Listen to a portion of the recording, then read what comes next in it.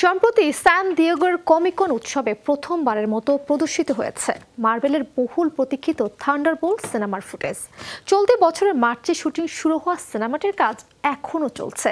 তবে কমিকনে সিনেমার প্রথম ঝলকই চমকে দিয়েছে ভক্তদের। সেই সাথে প্রশংসায় ভাসছেন এই সিনেমার অভিনেত্রী ফ্লোরেন্স পিউ।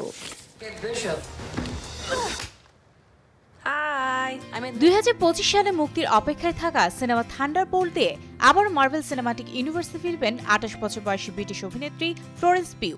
যা নিয়ে দারুণ রোমাঞ্চিত তিনি। সিনেমাটিতে তাকে দেখা যাবে ইরেলেনা ভেলোভা চরিত্রে।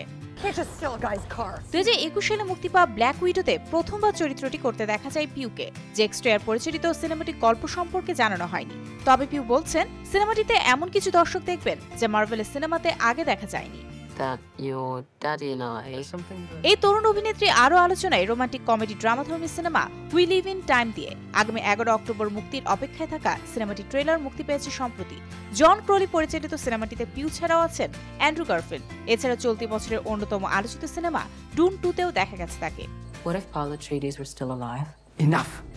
ফ্লোরেন্স পিউ তার ক্যারিয়ারে যেমন কম বাজেটে স্বাধীন ঘরানার সিনেমা করেছেন, তেমনি আবার মার্ভেলের সিনেমাও করেছেন। 2016 সালে লেডি ম্যাকবেথ দিয়ে নজর কাড়েন তিনি। সিনেমাটির জন্য ব্রিটিশ ইন্ডিপেন্ডেন্ট ফিল্ম অ্যাওয়ার্ডও জেতেন। এরপর টেলিভিশন সিনেমা কিং লিয়ার ও মিনি সিরিজ দ্য লিটল ড্রামার কাল দিয়ে অভিনেত্রী হিসেবে সমালোচকদের প্রশংসা পান। সিরিজটির জন্য বাফটায় সেরা নবাগত তারকার মনোনয়নও পান তিনি।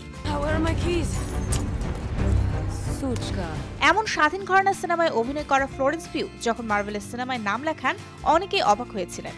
এ প্রসঙ্গে ফ্লোরেন্স পিউ বলেন, যখন প্রথমবার মার্ভেলের সঙ্গে চুক্তিবদ্ধ হন, ইন্ডিপেন্ডেন্ট সিনেমার সঙ্গে যুক্ত অনেকেই তাকে বলেছিলেন কখনো ছোট বাজেটের সিনেমায় ফিরতে পারবেন না তিনি। পিউ যে তাদের ভুল প্রমাণ করেছেন সে কথা তার ভক্তরাই জানেন। Mario Sen, showbiz tonight.